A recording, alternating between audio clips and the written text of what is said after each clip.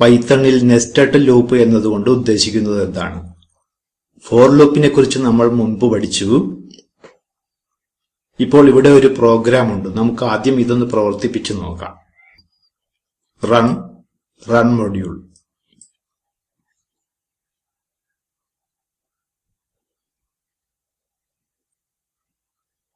Programme പ്രവർത്തിപ്പിച്ചു കഴിഞ്ഞു. ഇതിൽ ഉപയോഗിച്ചിട്ടുള്ള നിർദ്ദേശങ്ങൾ ശ്രദ്ധിക്കുക. ഇവിടെ ഒരു ഫോർ ലൂപ്പ് കൊടുത്തിട്ടുണ്ട്.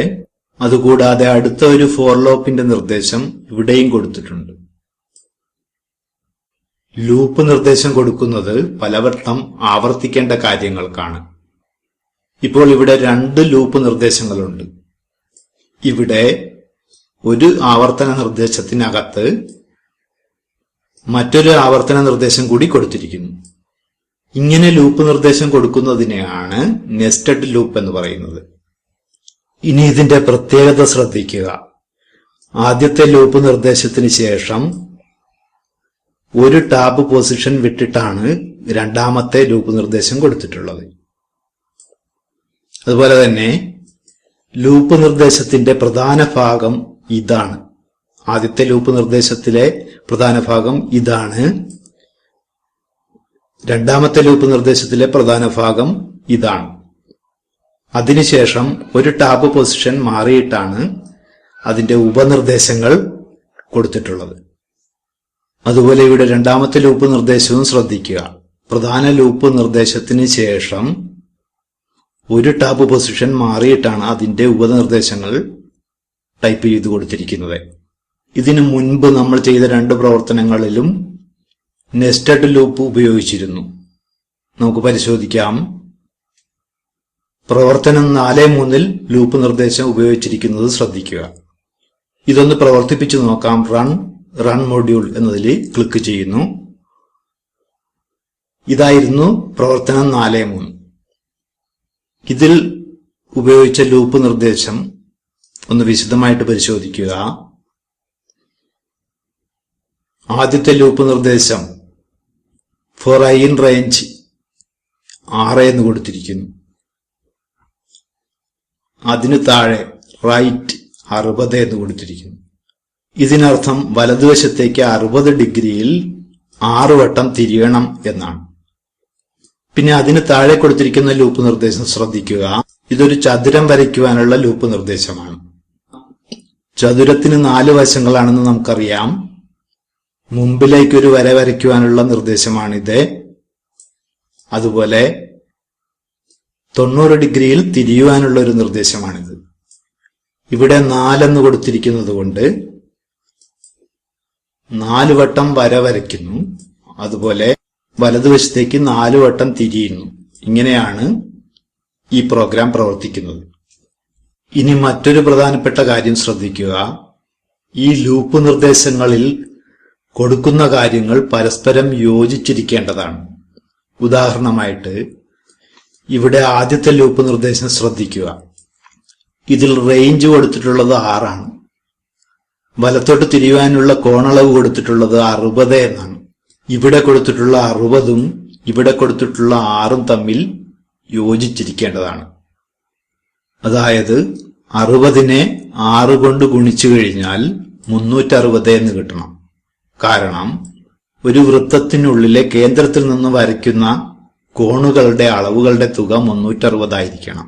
അതല്ലെങ്കിൽ പാറ്റേണിൽ ചില പ്രശ്നങ്ങൾ സംഭവിക്കാവുന്നതാണ്. ഇപ്പോൾ നമുക്കിതൊന്ന് പ്രവർത്തിപ്പിച്ചു നോക്കാം. Run module.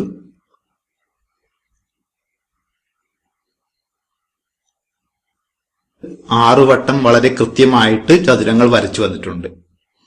ഇനി നമുക്ക് ഇവിടെ ഈ 60 എന്നുള്ളത് കുറച്ചു കഴിഞ്ഞാൽ എന്ത് സംഭവിക്കുമെന്ന് നോക്കാം. അതൊരു 30 ആക്കിയതിന് ശേഷം ഫയൽ സേവ് ചെയ്യുന്നു. റൺ മൊഡ്യൂൾ എന്നതിൽ ക്ലിക്ക് ചെയ്യുന്നു.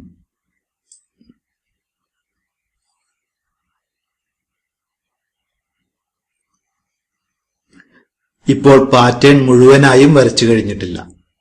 ഇതെങ്ങനെ തിരുത്തുവാൻ കഴിയും? ശ്രദ്ധിക്കുക. ഇവിടെ 30 കൊടുത്തു കഴിഞ്ഞാൽ അതനുസരിച്ചിട്ട് ഇവിടെ 6 എന്നുള്ളത് മാറ്റി കൊടുക്കേണ്ടി വരും. അതായത് ഇവിടെ കൊടുക്കുന്ന സംഖ്യയും ഇവിടെ കൊടുക്കുന്ന സംഖ്യയും തമ്മിൽ ഗുണിച്ചു കഴിഞ്ഞാൽ 360 എന്ന് കിട്ടുന്ന തരത്തിൽ വേണം അത് കൊടുക്കുവാൻ. അപ്പോൾ ഇവിടെ 6 എന്നുള്ളത് 12 എന്ന് കൊടുക്കേണ്ടി വരും. 6 എന്നുള്ളതിന് പകരം 12 എന്ന് കൊടുക്കണം. 12 എന്ന് കൊടുക്കുന്നു. ഫയൽ സേവ് ചെയ്യുന്നു. ഇനി ഇതൊന്ന് പ്രവർത്തിപ്പിച്ചു നോക്കാം. Run module.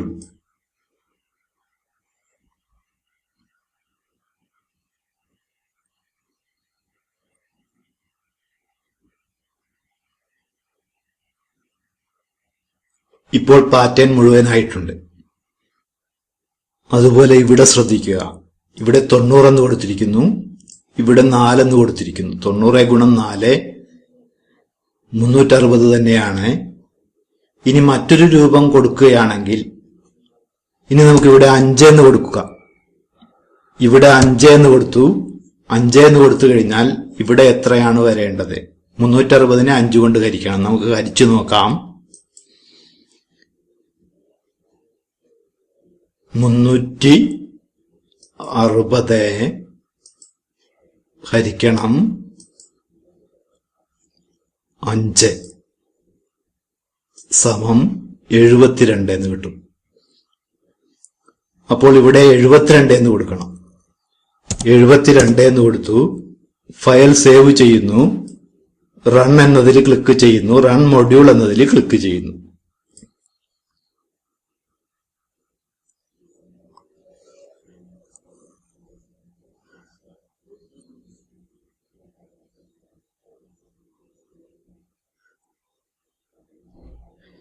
കൃത്യമായി പാറ്റേൺ പൂർത്തിയാകത്തക്ക രീതിയിൽ വരച്ചു വന്നിട്ടുണ്ട്. ഇനി വൃത്തമാണ് വരയ്ക്കുന്നതെങ്കിലോ ഇവിടെ 18 എന്നുള്ളതിന്റെ സ്ഥാനത്ത് 1 എന്ന് കൊടുത്താൽ മതി. കാരണം ഒരു വൃത്തത്തിന്റെ കേന്ദ്രത്തിൽ നിന്നുള്ള കോണുകളുടെ ആകെ തുക 360 ആണ്. അപ്പോൾ അത് 360 ഗുണം 1 സമം 360 തന്നെയാണ്. ഇത് മായ്ച്ചു കളയുന്നു. അവിടെ സർക്കിൾ എന്ന് കൊടുക്കുന്നു. സർക്കിൾ അതിന്റെ റേഡിയസ് കൊടുക്കുന്നു. 50 എന്ന് കൊടുത്തു. ബ്രാക്കറ്റ് ക്ലോസ് ചെയ്യുന്നു. ഫയൽ സേവ് ചെയ്യുന്നു. ഇത് റൺ ചെയ്ത് നോക്കാം. ഇത് പ്രവർത്തിപ്പിച്ച് നോക്കാം. റൺ മൊഡ്യൂൾ എന്നതിൽ ക്ലിക്ക് ചെയ്യുന്നു.